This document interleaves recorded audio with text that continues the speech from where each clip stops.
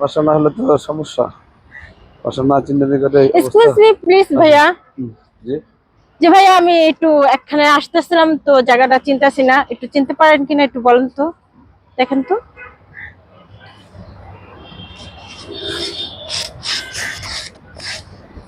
না, আমি সেরকম চিনতে পারছি না তো।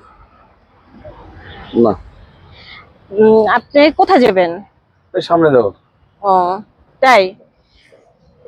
তা আপনার সাথে কি আছে? এই তো আমার সাথে মোবাইল আছে, ঘড়ি আছে, মানি ব্যাগ আছে। হুম, তাই নাকি? ভাইয়া মোবাইলটা একটু দেন। হুম। ভাইয়া আপনার হাতে ঘড়িটা একটু অনেক সুন্দর তো, দেন তো। নাও। আপনার মানি ব্যাগটা দেন। Money bag. জি।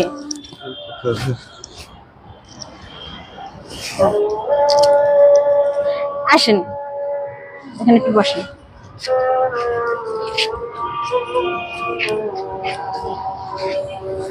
চলো। জি। যদি এমন কোনো কাগজ কিংবা টিস্যু কিংবা অনেক কিছু দেখাইতে পারে যে ভাইয়া এখানে চিনি না কিংবা জানি না, আমাকে দেখান। ভুলে এমন কোনো কাজ করবেন না আপনারা। আমি এখন যেটা আমি আপনাদের দেখাইলাম, এটা একটু মনে করেন আপনাদের বোঝানোর জন্য দেখাইছি যে এমন অনেক কিছু হইতেছে, অনেক জায়গায় হইতেছে, এমন ফান্ডে অনেক জনে পড়তেছে। আপনাদের জন্য আপনারা সবাই সাবধান থাকবেন। আর হলো রাস্তাঘাটে বেশ একটা বাসে হচ্ছে, সিএনজিতে হচ্ছে, সবাই এসে মনে করেন ঠান্ডা, তারপরে মলম অনেক কিছু বিক্রি করে। তার ফাঁকে কিন্তু অনেক মানুষে তার ফান্দে নিয়ে নেয়, ঠিক আছে?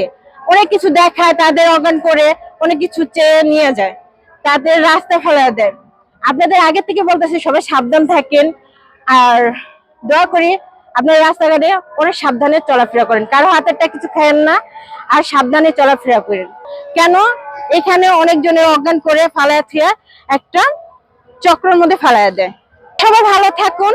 আল্লাহ হাফেজ।